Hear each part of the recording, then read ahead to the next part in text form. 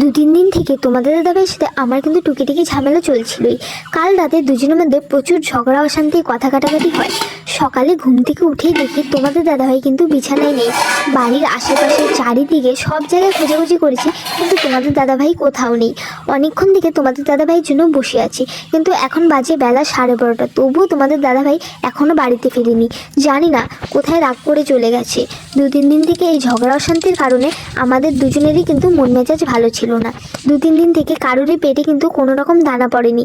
খিদে আর থাকতে পারছিলাম না। ঘরের মধ্যে একটা কিছু চাল সবজি কিছুই ছিল না। কয়েকটা শুধু হাঁড়ির মধ্যে বাসি ভাত ছিল কালকের। তারপর দেখতে পেলাম গাছের মধ্যে একটা বেগুন হয়েছে, সেই বেগুনটাই ছিঁড়ে নিয়ে এলাম। আর ঘরের মধ্যে 10টা টাকা রয়েছিল, সেই টাকাটা নিয়ে দোকানে গেছিলাম 10 টাকার মুসুর ডাল আনতে। 10 টাকার মুসুর ডাল আনলাম, আর তোমাদের দাদাভাই কিন্তু এখনও বাড়িতে ফেরেনি।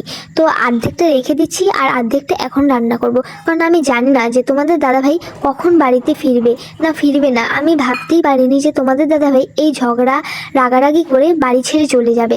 সত্যি আমি ভগবান, এটা আমি ভাবতেই পারিনি। কেন তুমি আমাকে ছেড়ে চলে গেলে? আমাকে একা ফেলে কেন চলে গেলে? আমি কি করবো একা একা বলো? আমি জানি না। আজকে যে কাকিমার কাছ থেকে অল্প কয়েকটা চাল ধার করে এনেছি, কালকে আমি কি খাবো? অল্প কয়েকটা তো ডাল রেখে দিয়েছি, কিন্তু ভাত ছাড়া আমি কি করে থাকবো বলো? শরীরটা প্রচণ্ড খারাপ লাগছিল। আর ভাবছিলাম, হে ভগবান, তুমি কি আমার কপালে সব দুঃখ লিখে রেখেছিলে? আমার কপালে কি সুখ দাওনি একটুও? আর এদিকে আমি বাসি ভাতটা নিয়ে নিয়েছি, আর কাকিমার কাছ থেকে যতটুকু চাল চেয়ে এনেছিলাম অতটুকু পরের জন্য রেখে দিয়েছি। আর আমার ডাল আর বেগুন ভাজা